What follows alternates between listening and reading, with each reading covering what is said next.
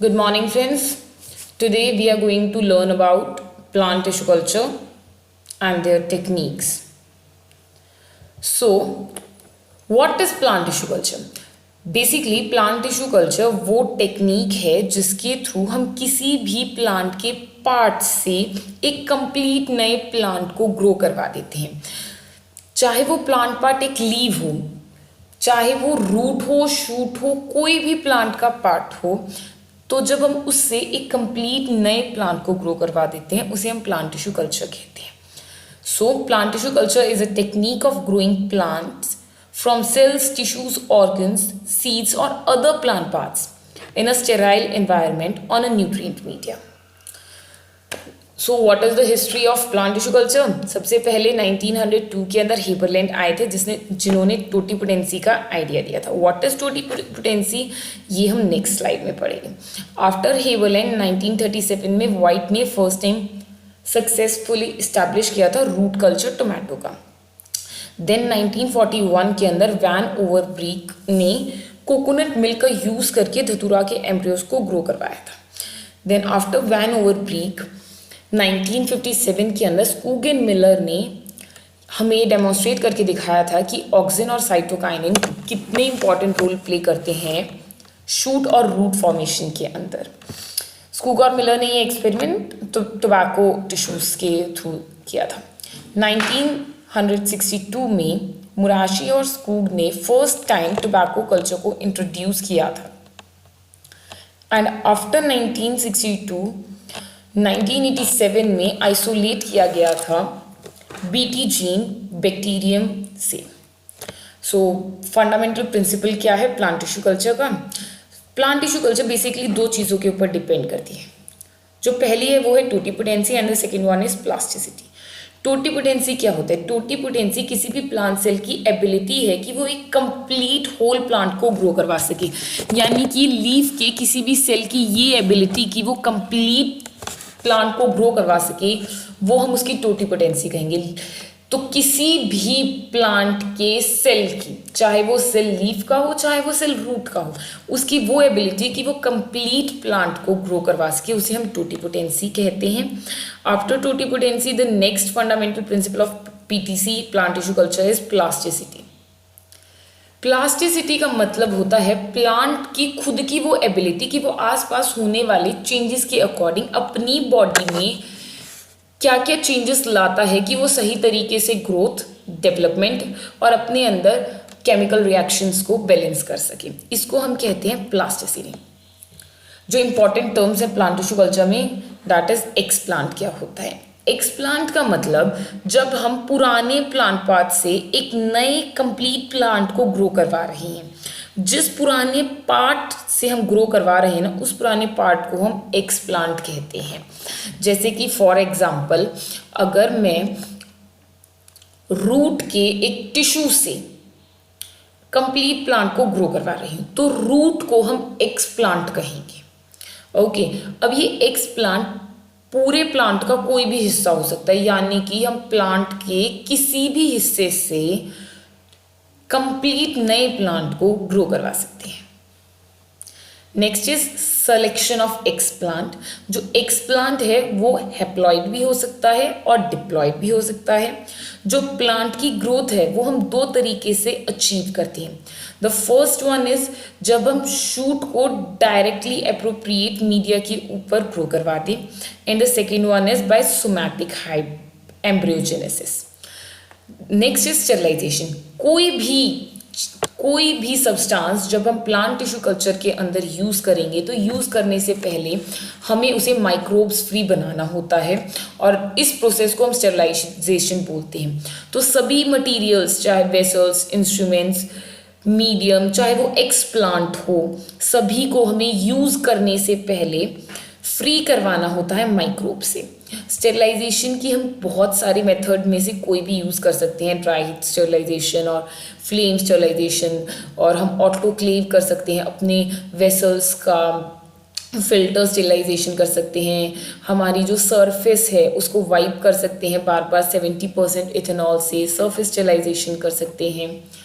अब हम आते हैं कल्चर मीडिया के ऊपर। जो एक्स प्लांट है उसको हम कल्चर मीडिया यानी न्यूट्रिएंट मीडिया के ऊपर रखते हैं, जिसके ऊपर वो ग्रो करता है। एक्स प्लांट को ले लिया, फिर हम उसको कल्चर मीडिया के ऊपर रखेंगे ताकि वो ग्रो करे।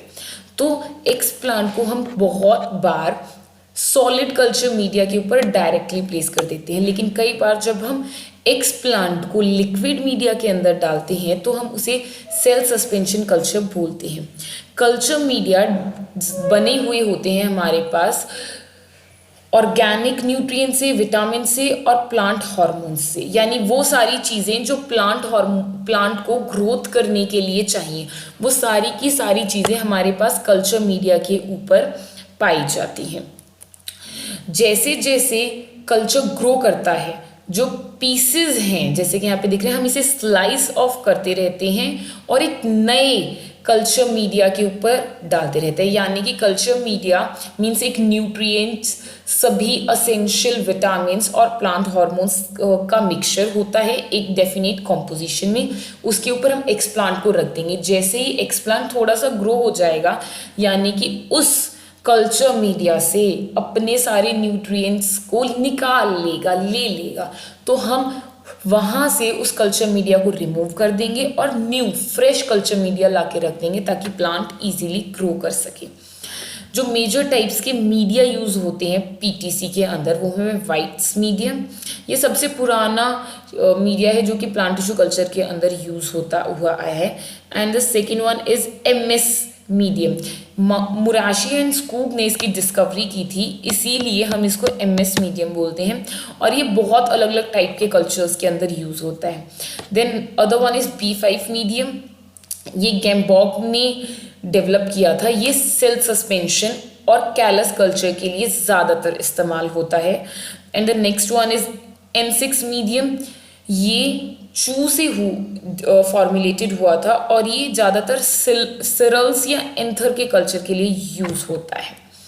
अब क्या क्या स्टेप्स हैं हमारे पास प्लांट टिश्यू कल्चर के अंदर। सबसे पहले प्लांट को सिलेक्ट कर लिया कि हमें इस प्लांट को ग्रो करवाना है। फिर हम उस प्लांट का एक एक्स प्लांट पार्ट ले लेंगे, यानी कि हमने कोई भी प्लांट का पार्ट ले लिया, फॉर एग्जांपल लीफ ले ली। फिर हम उस प्लांट को स्टेरलाइज करवाएंगे। स्टेरलाइज करवाने के बाद हम उसको इनोकुलेशन करवाएंगे उस एक्स प्लांट की। फिर उसके बाद उसकी इंक्यूबेशन होगी एक प्रॉपर टेम्परेचर और टाइम के लिए। देन उसके बाद जैसे ही उसकी इंक्यूबेशन फिनिश होगी ना, उस टाइम पे हमें दिखना शुरू हो जाएगा कि कैलस फॉर्म हो रहा है। और जो कैलस है, जब वो प्रॉपरली फॉर्म हो जाएगा तो हम जो कल्चर मीडिया हमने यूज़ किया था, जो न्यूट्रिएंट मीडिया नीचे यूज़ किया था, उसे चेंज कर देंगे। इसको हम बोलते हैं सब कल्चरिंग। फिर उसकी रीजनरेशन करवाएंगे, देन द हार्डनिंग, और फिर हम उस छोटे से प्लांटलेट को ग्रीन हाउस या ओपन फील्ड्स के अंदर ट्रांसफ़र कर देंगे। बहुत डिफरेंट टाइप्स के प्लांट टिश्यू कल्चर होते हैं। For example seed culture. Seed culture जब हम किसी भी सीड से कल्चर करवाते हैं। Next one is meristem culture, protoplast culture, organ culture, pollen culture, callus culture, cell culture, embryo culture.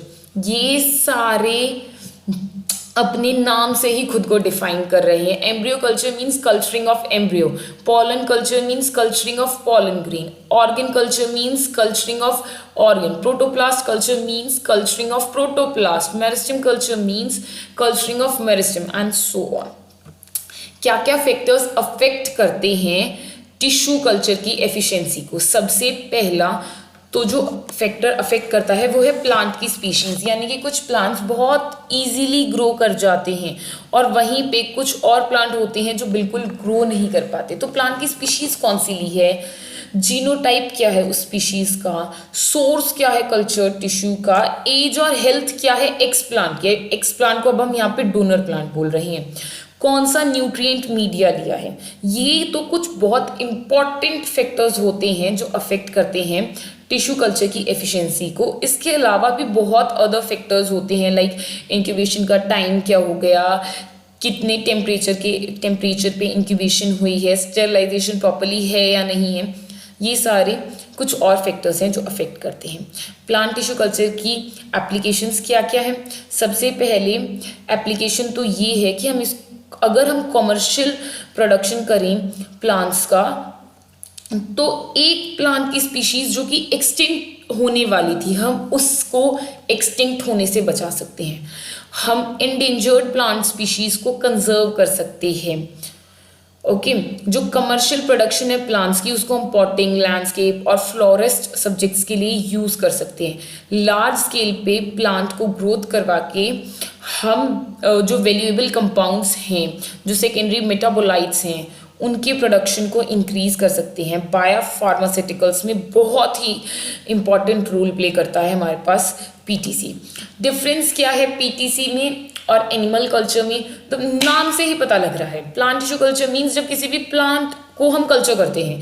Animal tissue culture means जब हम एनिमल के किसी भी पार्ट से कंप्लीट एनिमल को कल्चर कर पा रहे हैं। तो अलग और भी जो डिफरेंसेस आ जाते हैं वो हैं, सबसे पहले स्पेसिफिक टेम्परेचर, नॉर्मल टेम्परेचर होना चाहिए एनिमल टिश्यू कल्चर के अंदर, दैट इज 37 डिग्री सेल्सियस, जबकि प्लांट टिश्यू कल्चर के अंदर ये जो टेम्परेचर है ये वेरी करता है।